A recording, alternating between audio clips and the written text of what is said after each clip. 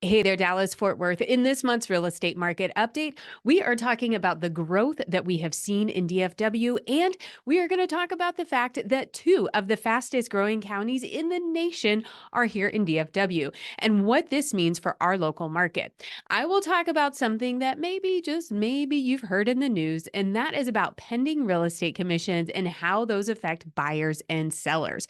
Then, as always, I will hit on the real estate market performance for DFW. So let's get to it. First, DFW made national headlines with the latest U.S. Census Bureau population estimates showing that we had an increase of over 150,000 people from mid 22 to mid 2023.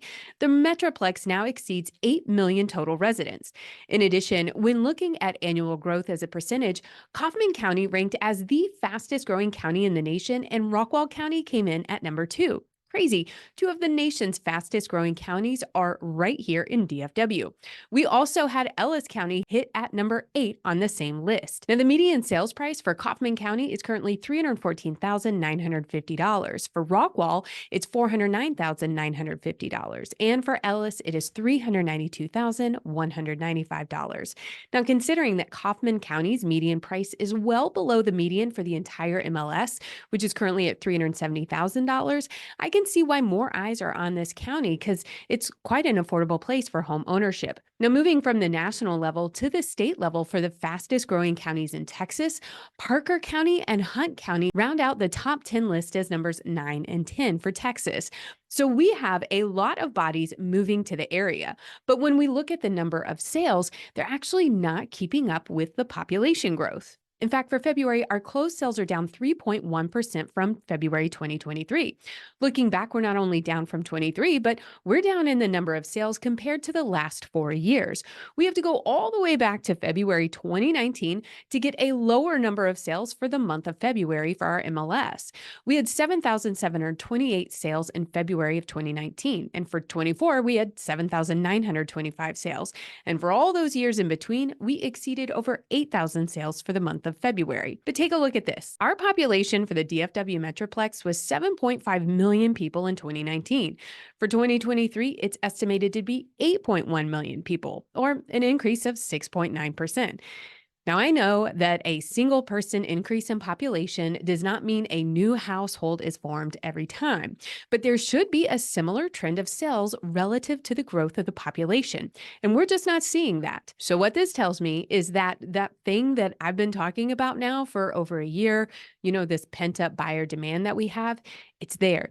The Metroplex is poised for a strong real estate market. It is just a question of what gives. Are buyers going to tire of waiting, or are they going to wait until interest rates go down?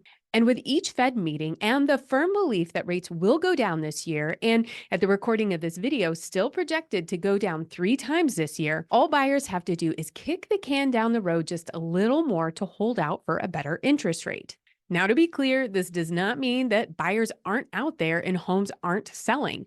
I mean, we just talked about the fact that there were over 7,900 sales in our MLS in February. So I want to caution those buyers out there who feel like they have a competitive edge on the market just because they happen to be a buyer right now. Homes that are priced right for their condition still move quickly. For homes sold in February, 1,602 homes sold in 7 days or less after going on the market. So if you are looking at getting a steal on a home that is priced well for what it is and where it is, well, you're going to have to look really hard because those deals are few and far in between. Now, we talked about it last month, but I'll bring it up again, and that is that the luxury market is performing well. When we look at homes priced at $700,000 or more, we see that our pending sales continue to outperform the previous year. We are up almost 7% over last year.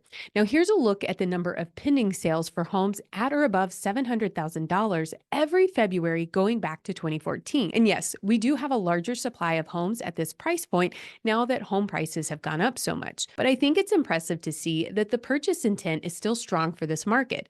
Sales are up too. Now, not as high as the pending activity, but they're up 0.5% over last year. Now for the next bit of news for this month. You've probably heard something about the National Association of Realtors and a proposed settlement they've presented in response to a pretty large lawsuit.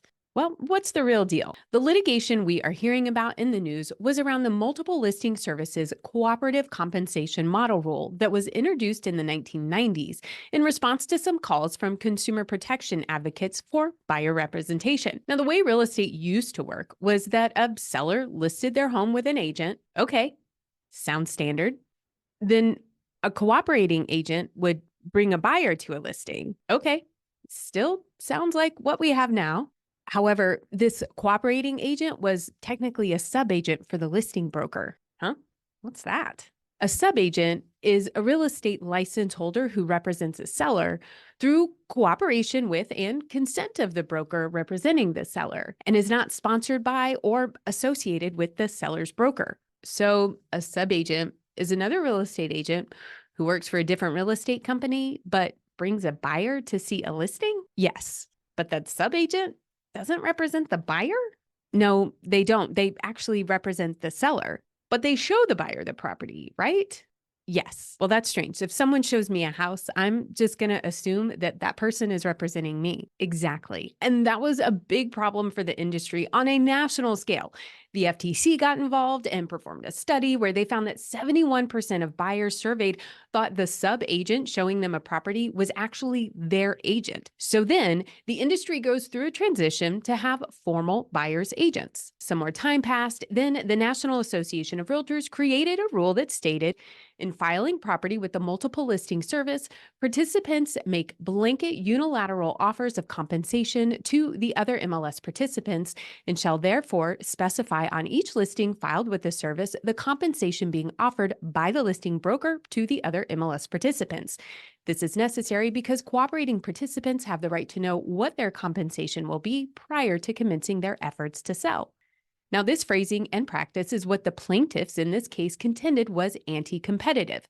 The proposed settlement, which most people agree will likely be approved by the court, affirms that cooperative compensation remains a choice for consumers when buying or selling a home, as it always has been. But it's going to look a little different now.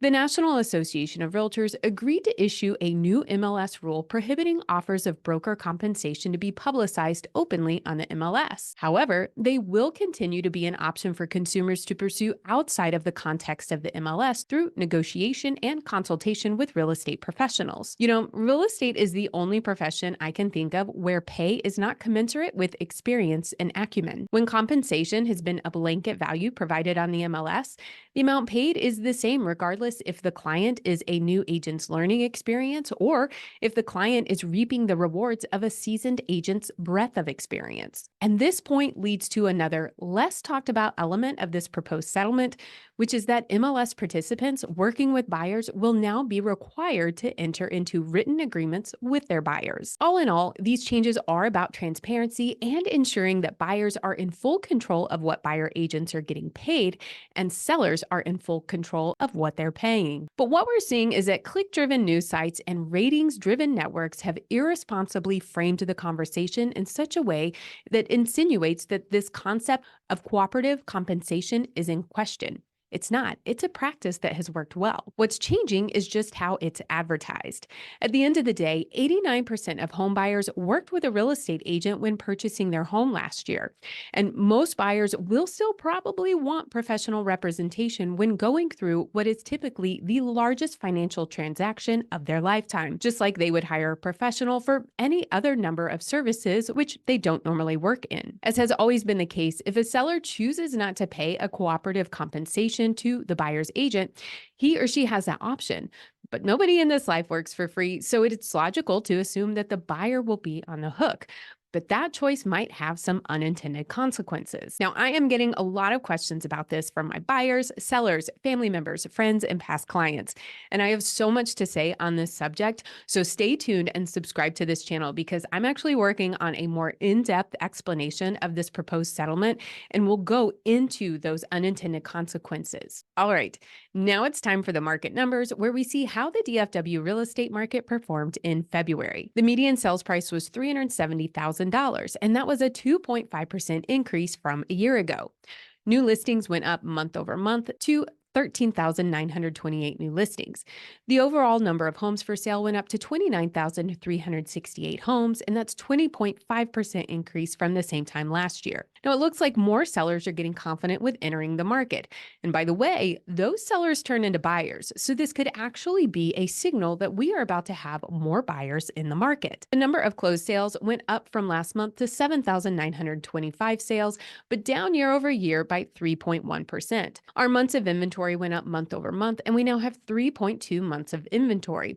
Year over year, this is a 28% increase. The median time on market before going under contract went down from last month and is at 40 days.